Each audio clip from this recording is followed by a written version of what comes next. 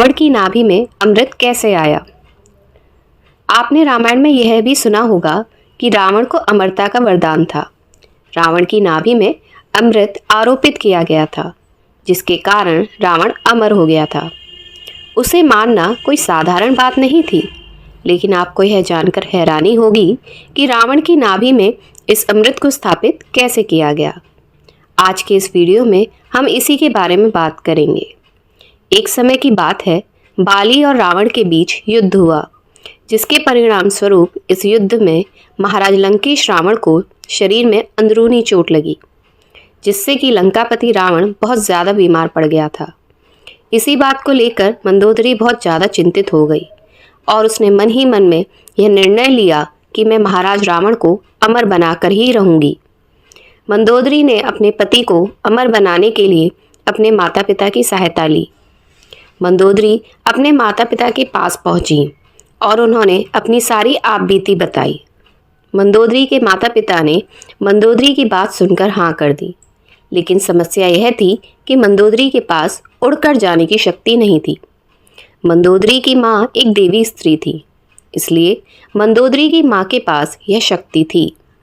मंदोदरी की प्रार्थना करने पर मंदोदरी की माँ ने सारी शक्तियाँ मंदोदरी को दे दी थी। मंदोदरी माँ से शक्तियाँ प्राप्त करके चंद्रलोक चली गईं।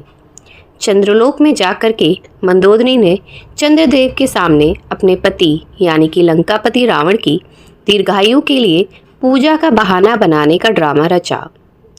चंद्रदेव तथा वहाँ के देवता इस बात को समझ नहीं पाए कि मंदोदरी की चाल क्या है। मंदोदरी यहाँ क्यों आई है? वैसे तो साधारण व्यक्ति इस अमृत कलश के कुंड को चुरा नहीं सकता, क्योंकि देवताओं द्वारा उसे स्वर्गलोक में स्थापित किया गया था। वह भी बहुत ही चमत्कारिक तथा विद्युत शक्तियों के द्वारा इस कलश को स्थापित किया गया था, जिससे कि कोई भी व्यक्ति इसे ले जा नहीं सकता था।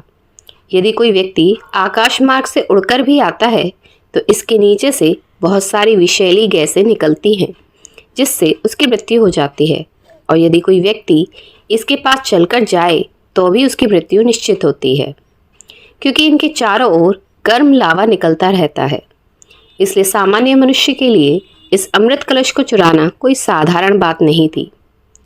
चंद्रलोक का एक नियम है कि चंद्रदेव साल में एक बार अश्विन मास की पूर्णिमा यानी शरद पूर्णिमा के दिन इस अमृत कलश को वहां से निकालते हैं तथा धरतीवासियों के कल्याण के लिए कुछ बूंदें धरती पर गिराते हैं। अब मंदोदरी के सामने यह अच्छा मौका था, क्योंकि जिस दिन मंदोदरी गई थी उसके 2 दिन बाद ही पूर्णिमा थी।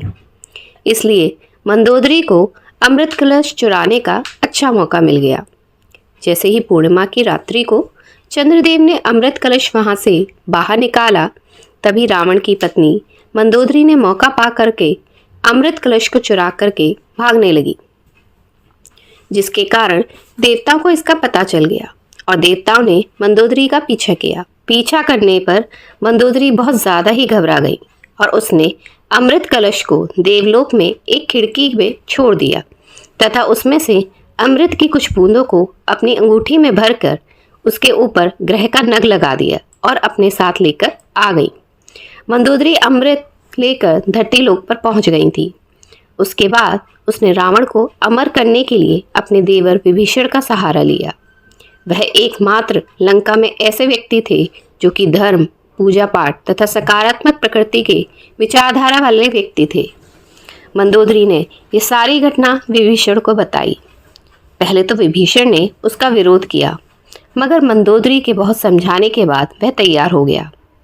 लेकिन विभीषण ने एक शर्त रखी कि इस बात का पता हमारे दोनों के अलावा और किसी को नहीं होना चाहिए।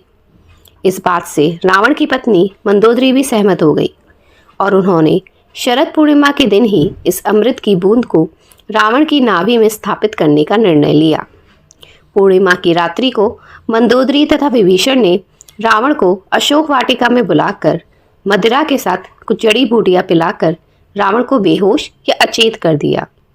रावण के अचेत होने के बाद कमल नाल पद्धति द्वारा विभीषण ने उस अमृत की बूंदों को रावण की नाभि में स्थापित कर दिया, जिसके कारण रावण अमर हो गया।